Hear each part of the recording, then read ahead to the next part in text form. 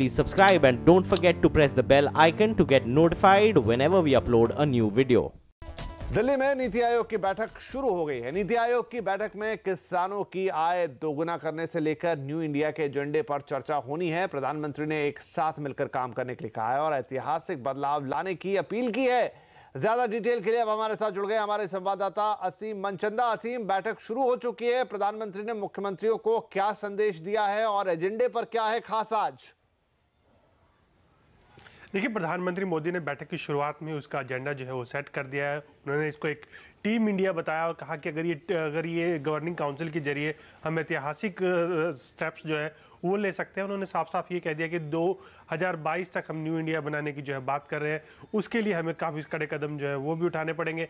इसके अलावा जो हम बात कर रहे हैं उनके लिए स्वच्छ भारत मिशन की, स्किल इंडिया की, डिजिटल लिटरेसी की, तो उन्होंने उसके ऊपर भी फोकस दिया। उन्होंने कहा कि इसको इम्प्लीमेंट करने के लिए राज्यों ने काफ़ी काम जो है वो किया है। जीएसटी को स्मूथ आउट रोल आउट करने में देखता है कि रोल आउट जो किया है उससे साफ लग रहा है कि कहीं ना कहीं राज्य जो है इस पूरे काम में आगे बढ़कर के साथ आ रहे हैं। इसके अलावा उन्होंने कहा कि हम बात कर रहे हैं जो फार्मर की इनकम डबल करना है, एस्पिरेशनल डिस्ट्रिक्ट को टच करना है, उनको आगे बढ़ाना है। अब हमको लगता है कि उन डिस्ट्रिक्ट्स में हमें काम जो है वो करना चाहिए, उसको आगे लेकर के उन्होंने बढ़ने की बात जो है वो की है। हालांकि ये पूरे डे लॉन्ग मीटिंग है जिसमें बाकी चीफ मिनिस्टर जो है वो अपने सुझाव भी प्रधानमंत्री के आगे रखेंगे। उसके बाद फैसला होगा कि किस तरह से इसको पूरे न्यू इंडिया की जो हम बात करें 2022 तक, उसको किस तरह से आगे लेकर के बढ़ना है और किस तरह से वहाँ पर चर्चा जो है अपना अंतिम रूप लेती है। जी असीम, बहुत शुक्रिया फिलहाल इस जानकारी के लिए। आप नजर बनाए रखिए इस बैठक पे, आपसे लगातार अपडेट हम लेते रहेंगे। वहीं इस बैठक में इस बार सियासी बात ज्यादा रहने वाली है क्योंकि दिल्ली में आईएएस अफसरों की स्ट्राइक के खिलाफ केजरीवाल के धरने को देश के 4 मुख्यमंत्रियों का सपोर्ट मिल गया है। आंध्र प्रदेश के मुख्यमंत्री चंद्रबाबू नायडू, कर्नाटक के मुख्यमंत्री एचडी कुमारस्वामी और केरल के मुख्यमंत्री विजयन दिल्ली में चल रहे संकट को खत्म करने के लिए नीति आयोग में पीएम के सामने मुद्दा उठाएंगे। इसमें एक नाम ममता बनर्जी का भी जोड़ा जा रहा है। इससे पहले केजरीवाल ने पीएम को चिट्ठी लिखकर आईएएस अफसरों की हड़ताल तुड़वाने की अपील की थी। इस सिलसिले में केंद्र पर दबाव बनाने के लिए आज शाम आम आदमी पार्टी ने प्रधानमंत्री आवास तक मार्च निकालने की चेतावनी भी दी है। दिल्ली के एलजी अनिल बैजल के रवैये से नाराज ममता बनर्जी ने कहा कि वो पीएम मोदी से मिलकर इस मामले को जरूर उठाएंगी। पीएम का साथ मीट करेंगे, नीति आयोग का मीटिंग है, हम लोगों ने चीफ मिनिस्टर लोग आए हुए हैं, हम लोग चाय का टाइम में हम लोग मिलके कहेंगे कि आप इसको सॉल्व कर दीजिए। अगर लेफ्टिनेंट गवर्नर बात नहीं सुनते हैं तो you are the prime minister of this country and Delhi is the capital. अगर दिल्ली का एक छोटा सा प्रॉब्लम सॉल्व नहीं होता है तो देश का कैसे प्रॉब्लम सॉल्व होगा? वही चंद्रबाबू नायडू ने कहा कि जनता की भलाई के लिए केंद्र सरकार को राज्यों को साथ लेकर चलना चाहिए। Ultimately, our demand is very clear. They have to sort out the issue immediately, and also they must allow this elected government to function smoothly. That is our demand. It is very unfortunate. Politics always, there will be politics. But both the center and state has to work together. Then only we can do some service for the people. तो बड़ा रोमांचक रहने वाला है ये पूरा मामला नीति आयोग की बैठक में, जहां पर किसानों की आय जैसे मुद्दे होंगे, सभी मुख्यमंत्री होंगे, प्रधानमंत्री होंगे। वहीं दिल्ली का मुद्दा भी गरमाएगा जहां पर 4 मुख्यमंत्री केजरीवाल के समर्थन में आ गए हैं। तय है कि इस पर राजनीति यहां से तेज होती दिखेगी। चलिए अब बात कर लेते हैं कुछ शेयर बाजार की, जहां पर बाजार में स्मॉल कैप शेयर में बहुत संभावना है, ये कह रहे हैं फर्स्ट ग्लोबल के वाइस चेयरमैन और joint MD Shankar Sharma small cap में निवेश की सलाह दे रहे हैं। हमसे एक्सक्लूसिव बातचीत में उन्होंने ये सलाह दी है। मेरा मानना है कि बहुत अच्छी अपॉर्चुनिटीज़ हैं अभी भी small cap micro caps space में। मेहनत का काम है, इसीलिए मैं हमेशा कहता हूँ कि इस स्पेस को एक छोटा निवेशक फंड के थ्रू ही खेल सकता है। लेकिन स्मॉल कैप्स की कंपाउंडिंग कुछ 30-40% के आसपास रही है। तो रियली अभी भी मैं मानता हूँ कि वो जो है एक सेगमेंट है, वहाँ बुल मार्केट अभी भी बरकरार है। I think second half will be a very good half. तो शंकर शर्मा के साथ ये पूरी एक्सक्लूसिव बातचीत आप देख सकते हैं आज 1:27 पर सीएनबीसी आवाज पर। अमेरिका से इंपोर्ट होने वाली बाइक, कृषि उत्पाद समेत 30 प्रोडक्ट महंगे होने वाले हैं, क्योंकि अमेरिका की ओर से ड्यूटी बढ़ाने के बाद अब भारत ने भी अमेरिका से इंपोर्ट होने वाले सामान पर ड्यूटी बढ़ाने का फैसला ले लिया है। पूरी खबर जानने के लिए हम चलेंगे अपने सहयोगी लक्ष्मण रॉय के पास। लक्ष्मण, किन किन सामानों पर और कितनी ड्यूटी बढ़ सकती है? ऐसे 30 प्रोडक्ट हैं जो अमेरिका से भारत में इंपोर्ट होते हैं, जिस पर इंपोर्ट ड्यूटी बढ़ाई जाएगी। अभी जो इंपोर्ट ड्यूटी है उसमें 50% तक का इजाफा किया जाएगा। उसमें महत्वपूर्ण तौर पर जो 800 सीसी से ज्यादा की क्षमता वाली बाइक है, माल ढुलाई वाली गाड़ी है, उस पर इंपोर्ट ड्यूटी में 50% की बढ़ोतरी की जाएगी। सेब, खाने के तेल, दाल जो इंपोर्ट होते हैं अमेरिका से, उस पर भी इंपोर्ट ड्यूटी बढ़ाई जाएगी। अखरोट, बादाम जैसे आइटम पर 20% तक इंपोर्ट ड्यूटी बढ़ाई जाएगी। स्टील प्रोडक्ट जो अमेरिका से भारत आते हैं उस पर भी 15% तक इंपोर्ट ड्यूटी बढ़ाई जाएगी। और इंपोर्ट ड्यूटी बढ़ाने के लिए WTO को सूचना भारत सरकार ने दे दी है और इसका नोटिफिकेशन जारी कर दिया गया है। हालांकि बढ़ी हुई इंपोर्ट ड्यूटी कब से लागू होगी इसकी तारीख अभी तक तय नहीं की गई है, लेकिन भारत का आकलन है कि इस 30 प्रोडक्ट पर इंपोर्ट ड्यूटी बढ़ाने की वजह से भारत सरकार को $241 मिलियन अतिरिक्त राजस्व मिलेगा। यह $241 मिलियन का आंकड़ा इसलिए अहम है क्योंकि अमेरिका ने पिछले दिनों स्टील और एल्युमिनियम पर जो इंपोर्ट ड्यूटी बढ़ाई थी, उसकी वजह से भारतीय कंपनियों को जो अमेरिका में एक्सपोर्ट करते हैं सामान, उन्हें $241 मिलियन अतिरिक्त ड्यूटी चुकानी पड़ रही है। उसी के बदले में यह ड्यूटी लगाई गई है। यह WTO के नियमों के अधीन किया गया है। अब इस ड्यूटी लगने के बाद भारत अमेरिका के बीच जो कारोबारी रिश्ते में खटास आई थी पिछले दिनों, अब एक नए अध्याय के तौर पर शुरू हो रहा है। हालांकि भारत और अमेरिका के बीच बातचीत अभी भी जारी है। जी शुक्रिया। इधर ब्रिटेन में पढ़ने का सपना देख रहे भारतीय छात्रों के लिए राह अब और मुश्किल हो गई है। दरअसल ब्रिटेन ने विश्वविद्यालयों में वीजा आवेदन प्रक्रिया को आसान बनाने के लिए बनाई गई एक नई सूची से भारतीय छात्रों को या भारत को अलग कर दिया है। सूची में चीन, बहरीन और सर्बिया जैसे देशों को शामिल किया गया है, जबकि भारत को बाहर कर दिया गया है। इस सूची में जिन देशों का नाम है, वहां के छात्रों को ब्रिटेन के विश्वविद्यालयों में दाखिले के लिए शिक्षा, आर्थिक स्थिति और अंग्रेजी भाषा जैसे मानकों पर ज्यादा जांचा नहीं जाएगा। इस वजह से उन्हें आसानी से वीजा मिल जाएगा, लेकिन लिस्ट में भारत का नाम न होने से भारतीय छात्रों को अब मुश्किल होगी। जम्मू कश्मीर में सीज फायर बढ़ाने को लेकर केंद्रीय गृह मंत्री राजनाथ सिंह आज बड़ा ऐलान कर सकते हैं। इससे पहले एक सवाल के जवाब में उन्होंने कहा था कि 16 जून तक घाटी में सीज फायर है और आर्मी के ऑपरेशन पर रोक लगी हुई थी। ईद के बाद इस पर कोई फैसला वो लेंगे।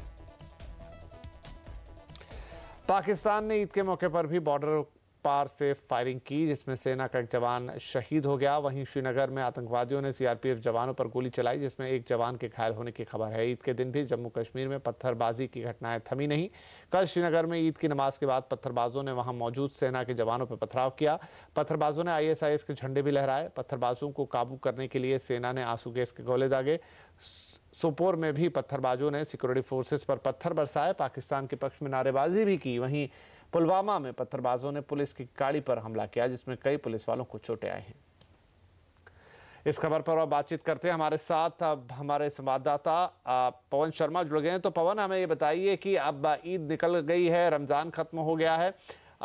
गृह मंत्री ने जो इशारा किया था, जो कहा था, अगर उसे माने और जिस तरह की घटनाएं कश्मीर में घटी हैं पिछले चंद दिनों में या रमजान के दौरान भी, क्या सीज फायर को खत्म करने का आज ऐलान हो जाएगा? हाँ बिल्कुल, देखिए एक सीज फायर किया गया था जम्मू कश्मीर में रमजान के महीने में। केंद्र सरकार का गुड जल वेस्टर था कि हम जो लोग हैं जहाँ पर उनको थोड़ी सुकून मिलेगा, बॉर्डर पर बंदूकें शांत रहेंगी। लेकिन पाकिस्तान फिर रमजान में सीज फायर का उल्लंघन करता रहा। ईद वाले दिन भी फायरिंग की। कश्मीर में बहुत ज्यादा इंसिडेंट्स जो रमजान के दौरान हुए और खास करके ईद के दिन एक जवान की शहीद हुआ जो पुंछ के नौशहरा सेक्टर में, वहां पर सीज फायर में अंतर्राष्ट्रीय सीमा पर भी फायरिंग हुई। तो कुल मिलाकर अब केंद्र सरकार जो है वो कड़ा फैसला लेने जा रही है, क्योंकि इसके संकेत कल ही मिलना शुरू हो गए थे जब केंद्रीय जो PMO में मंत्री हैं डॉक्टर जितेंद्र सिंह, उन्होंने भी जम्मू में कह दिया था कि अब सरकार कोई कड़ा फैसला लेगी। तो अब जाहिर सी बात है कि आज राजनाथ सिंह कोई बड़ा ऐलान कर सकते हैं, क्योंकि जिस तरह से 1 महीने का टाइम दिया गया था उसके भीतर भी इंसिडेंट बहुत ज्यादा हुए थे। लेकिन अब जो केंद्र सरकार है वो इस मूड में नहीं है कि सीज फायर को आगे बढ़ाया जाए, क्योंकि जिस तरह से विभिन्न जो नेता हैं उनके जो बयान आ रहे हैं कि सीज फायर जो है वो 2 मुल्कों के बीच होना चाहिए, टेररिस्टों के साथ नहीं। तो शायद आज केंद्र सरकार बड़ा फैसला ले सकती है कि सीज फायर की जो मियाद है वो आगे ना बढ़े और आज से जो ऑपरेशन है वो सेना के शाम को शुरू हो जाए। जी पवन, बहुत शुक्रिया इस जानकारी के लिए। तो बहुत संभव है कि आज से सीज फायर खत्म हो जाए और सेना वापस से जम्मू कश्मीर में जवाबी कार्रवाई करती हुई दिखाई दे। चलिए आगे बढ़ते हैं, कुछ और खबरों का रुख करेंगे। आजकल लोग अपनी लाइफस्टाइल की वजह से कई तरह की बीमारियों की चपेट में आ रहे हैं। ऐसे में अगर हम थोड़ी सी सावधानी बरत लें तो इन बीमारियों से बचा जा सकता है। आइए देखते हैं, इसी को लेकर मुंबई में बीएमसी और अमर गांधी फाउंडेशन की ओर से शुरू गई एक नई पहल, ये पर यह खास रिपोर्ट।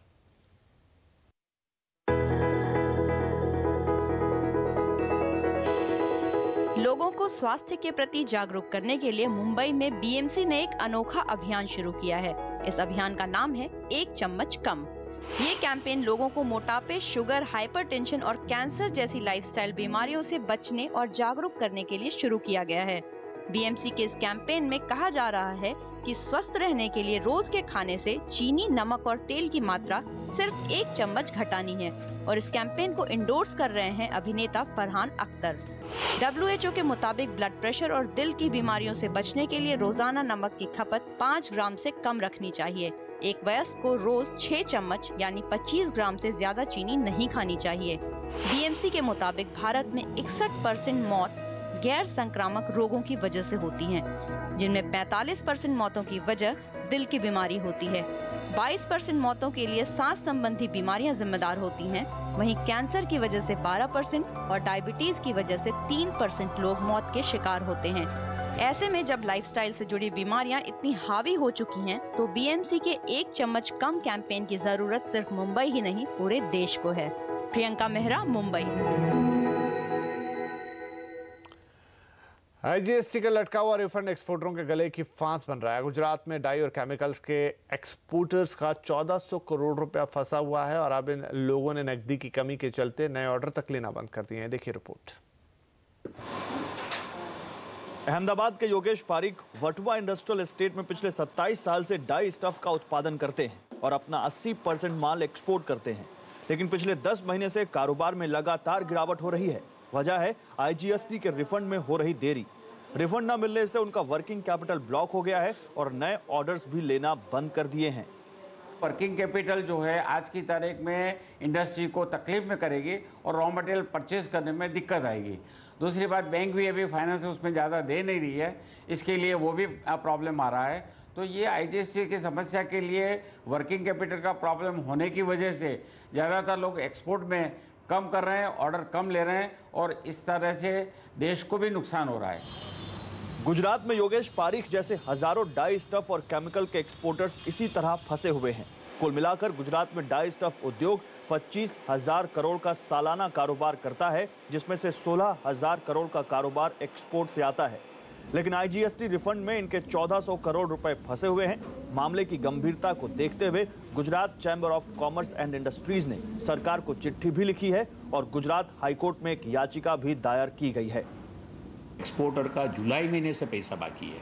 आज 1 जुलाई को 1 साल हो जाएगा, तब तक पैसा नहीं मिलेगा तो उनकी लिक्विडिटी, उनको इंटरेस्ट भरना पड़ता है, वो एनपीए भी हो सकता है, कुछ भी हो सकता है। तो वाई गवर्नमेंट डिफ़ॉल्ट है पेमेंट का, तो उसकी वजह से मेरी इंडस्ट्री को तकलीफ नहीं होनी चाहिए, इसलिए चैम्बर बहुत चिंतित है। अगस्त 2017 से जीएसटी का रिफंड मिलने में दिक्कत हो रही है और इससे थक हार कर गुजरात के डाइस्टफ और केमिकल के एक्सपोर्टर्स ने गुजरात हाईकोर्ट में एक याचिका भी दायर कर दी है। अब वो चाहते हैं कि किसी तरह से सरकार कोई ऐसा रास्ता निकाले जिससे उनका कारोबार भी आसानी से हो सके, या तो फिर वो बैंकों को ऐसी डायरेक्शन दे कि जीएसटी के रिफंड के बदले में इन कारोबारियों को आसानी से लोन मुहैया करवाए। मनीष देसाई, अहमदाबाद। जेट एयरवेज ने बैगेज के नियमों में बदलाव कर दिया। अब इकोनॉमी क्लास में सफर करने वाले यात्री 15 किलो तक के सिर्फ एक बैग के साथ फ्री चेक इन कर सकेंगे, जबकि प्रीमियम क्लास के यात्रियों को 2 फ्री चेक इन बैगेज ले जाने की इजाज़त होगी, लेकिन इनमें से हर बैग का वजन 15 किलो से ज़्यादा नहीं होना चाहिए। जेट एयरवेज पहली भारतीय एयरलाइन है जिसने फ्री चेक इन बैग्स की संख्या में कमी की है। जेट एयरवेज ने नए नियम 15 जून से लागू किए हैं। जिन यात्रियों ने 15 जून से पहले टिकट बुक करा ली हैं उन पर ये नियम लागू नहीं होंगे। अगर आपका बच्चा आईआईटी में एडमिशन की तैयारी कर रहा है तो आपके लिए राहत की खबर है। मानव संसाधन मंत्रालय ने आईआईटीज़ को जेईई एडवांस की परीक्षा को थोड़ा कम कठिन बनाने के लिए वो कह सकता है, जिससे सीटें खाली ना रह जाएं। इस पूरी खबर पर ज़्यादा जानकारी के लिए जुड़ रही हैं हमारी संवाददाता भावना सती। भावना, सरकार क्या योजना बना रही है जिससे IIT JEE का जो एंट्रेंस है वो, या JEE जिसे हम कहते हैं, वो थोड़ा पहले के मुकाबले कम कठिन होगा? IIT में अगले साल से एडमिशन लेना बच्चों के लिए आसान हो सकता है, क्योंकि HRD मिनिस्ट्री और जो IIT काउंसिल है उनके बीच डिस्कशन किया गया है और ये बात सामने आई है कि अगले साल से जो IIT का एंट्रेंस एग्जाम होगा उसकी डिफिकल्टी लेवल को कम किया जाएगा। जो क्वेश्चंस होंगे उन्हें कम कठिन बनाया जाएगा जिससे कि ज़्यादा बच्चे इसमें एडमिशन ले सकें।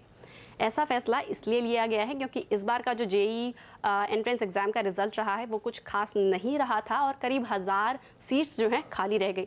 इस साल के लिए तो खैर एक एडिशनल मेरिट लिस्ट निकाली गई है जिसमें ज़्यादा बच्चे अब क्वालिफाई कर पाएंगे, लेकिन अगले साल के लिए पेपर को आसान बनाया जाएगा। साथ ही एलिजिबिलिटी क्राइटेरिया में भी कुछ बदलाव किए जा सकते हैं। ऐसा इसलिए भी किया जा रहा है, जो एडवांस मेरिट लिस्ट है प्लस जो डिफ़िकल्टी लेवल कम करने का डिसीजन लिया जा सकता है वो इसलिए भी है ताकि IIT इंस्टीट्यूट्स में जो फीमेल कैंडिडेट्स की भागीदारी है वो बढ़ सके। 14% सीटों पर विमेन कैंडिडेट्स को एडमिशन मिले, ऐसा एक लक्ष्य रखा गया था, लेकिन जो इस बार का रिजल्ट आया उसमें सिर्फ 11% फीमेल कैंडिडेट्स ही क्वालिफाई कर पाई। तो ऐसा ना हो, सीटें खाली ना हो, जेंडर पैरिटी यहाँ पर IIT एडमिशन में मिले, ऐसा देखकर, ऐसा सोच समझकर ये फैसला लिया जा सकता है आगे चलकर। फिलहाल ये रिकमेंडेशन यहाँ पर दिया गया है। शुक्रिया भावना। और सरकार अब हर घर में बिजली का स्मार्ट मीटर लगाना चाहती है, लेकिन स्मार्ट मीटर के बाजार पर चीनी कंपनियों का कब्जा है। ऐसे में अब देसी कंपनियां कह रही हैं कि अगर चीनी कंपनियों के स्मार्ट मीटर लगाए गए तो देश की सुरक्षा भी खतरे में पड़ सकती है। कैसे, देखिए रिपोर्ट। सरकार अगले 3 साल में सभी मीटर को स्मार्ट प्रीपेड मीटर में तब्दील करने की तैयारी कर रही है।